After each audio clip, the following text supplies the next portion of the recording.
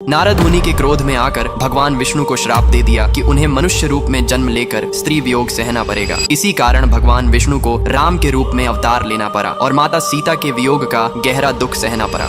एक दिन देवर्षि नारद मुनि ने गर्व में आकर यह दावा किया कि कामदेव तक उनकी भक्ति को भंग करने में असफल रहे हैं। यह बात उन्होंने अनजाने में भगवान विष्णु को भी बता दी। जब यह अहंकार भगवान के कानों तक पहुंचा तो विष्णु ने सोचा कि नारद को सही मार्ग का बोध कराना आवश्यक है। इसी उद्देश्य से उन्होंने एक दिव्य लीला रची। भगवान विष्णु ने नारद को माया के माध्यम से एक अत्यंत सुंदर नगर दिखाया जहाँ एक राजकुमारी का भव्य स्वयंवर हो रहा था। उस नगर और राजकुमारी की सुंदरता देखकर नारद मुनि स्वयं भी मोहित हो गए। उनके मन में इच्छा जागी कि वे भी स्वयंवर में भाग लें। इसके लिए उन्होंने भगवान विष्णु से हरि रूप देने का वर मांगा ताकि वे सबसे सुंदर दिखाई दें। भगवान विष्णु ने हरि शब्द के दो अर्थों सुंदर मुख और वानर का प्रयोग करते हुए नारद को वानर मुख दे दिया। नारद इस परिवर्तन से अनजान रहे और स्वयंवर में पहुंच गए। वहां राजकुमारी ने उनकी ओर देखा तक नहीं और सीधे भगवान विष्णु को वरमाला पहना दी। जब स्वयंवर समाप्त हुआ तो नारद ने पास के सरोवर में अपना प्रतिबिंब देखा। वानर मुख देखकर उन्हें अत्यंत क्रोध आया और उसी क्षण उन्हें अपनी भूल का आभास हुआ कि उनका अहंकार ही इस अपमान का कारण बना।